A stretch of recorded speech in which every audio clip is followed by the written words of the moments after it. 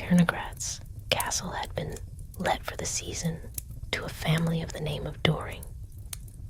Wealthy, comfortable people who had taken it for the shooting and the hunting and the general air of feudal picturesqueness that it afforded. With them had come, as was inevitable with people of their stamp, a considerable party of guests, all much alike in their loud appreciation of the sport and their loud indifference to anything that lay outside its orbit. Among those gathered beneath the ancient roof was Fräulein Schmidt, the governess of the younger, Doring children, a woman of middle years, quiet manner, and the kind of unassuming presence that large parties instinctively overlook. She had, in the estimation of her employers and their guests, no particular claim upon attention. She was efficient, punctual, and dull. In the evenings, she sat apart while the others talked and laughed and told stories by the fire. No one thought to include her, and she gave no sign of minding. The castle rose around them all, its old stones, its forested hills, its wintry silences, indifferent alike to the fashionable and the forgotten. It was on one of those evenings, when the fire burned low, and the talk had turned, as talk will in old houses, toward local legend and the strange histories attached to ancient places, that someone mentioned what the country people said of Cernogratz. The story was imperfectly known, half remembered, delivered with the careless authority of those who have heard a thing at second hand and consider that sufficient. The wolves of the forest, it was said, would howl through the night whenever a death occurred within the castle walls. Not any death, but the death of one of the blood of the old family that had held these lands for centuries before the present order of things swept them away.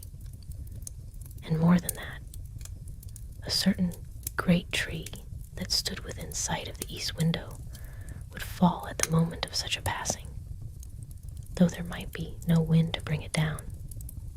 The guests received this with the mixture of amusement and mild interest that fashionable people extend to folklore, sufficient to fill a few minutes of conversation and no more. Fräulein Schmidt, seated at the edge of the circle, said nothing, but she listened.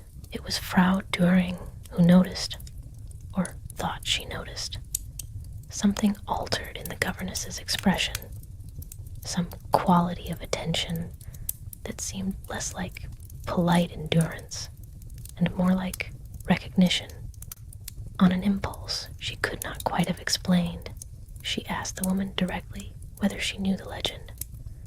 There was a brief silence, of the kind that precedes not embarrassment but decision. Fräulein Schmidt replied, in the same quiet voice she used for everything, that she knew it rather well. She was, she said, the last surviving member of the family to whom it properly belonged. The name Schmidt had been adopted long ago, when the family's fortunes had fallen entirely away, but she was of the blood of the Cernogratz line. The room received this in uncertain silence. The claim seemed improbable. The woman was so thoroughly unglamorous, so devoid of any romantic quality, and yet there was in her manner no plea for belief, no performance of significance. She stated the fact as she might have stated any other, and then sat quietly, as though she had said nothing of particular weight. The guests did not know quite how to respond, and so most of them responded with very little. That same night, before the household had fully settled, word came that Fräulein Schmidt had been taken suddenly and seriously ill. The castle had its practical routines for such events, and they were set in motion without great alarm. A doctor was sent for, a room was attended to, the machinery of care was engaged. But there was a discomfort among the guests that sat apart from ordinary concern.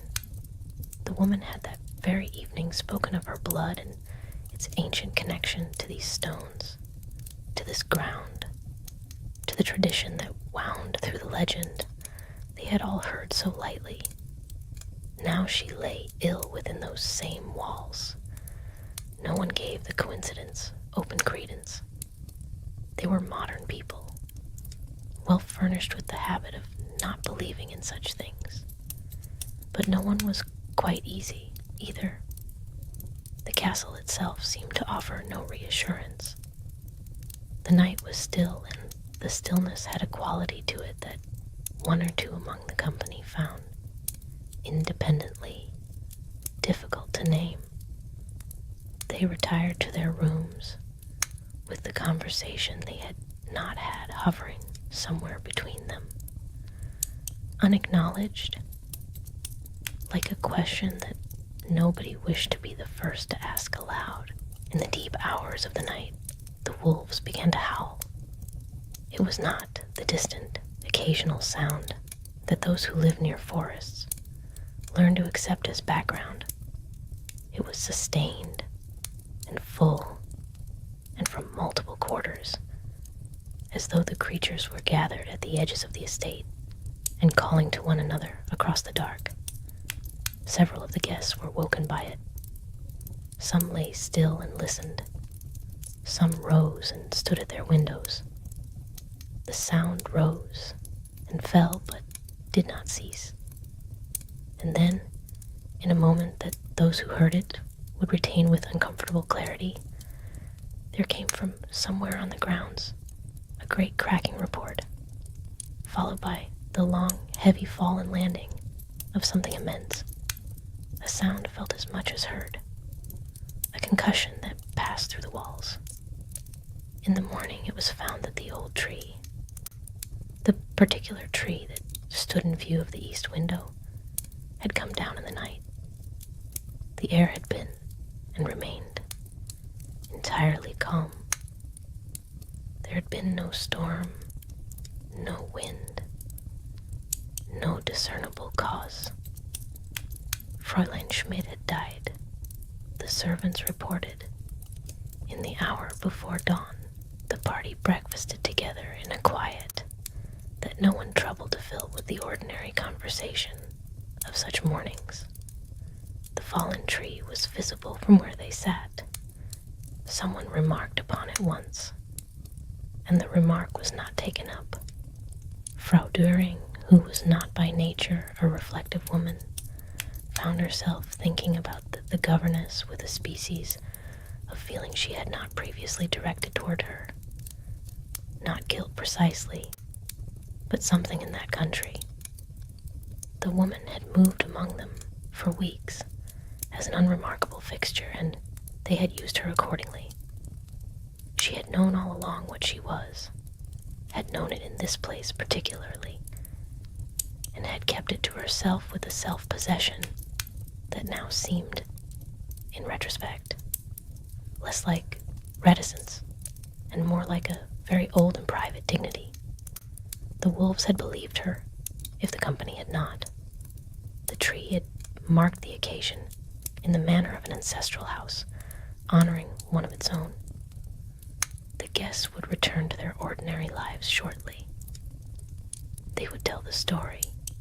It was too good not to tell, but they would tell it as something that had happened, not quite as something that had been understood. The castle stood as it had always stood, and said nothing further.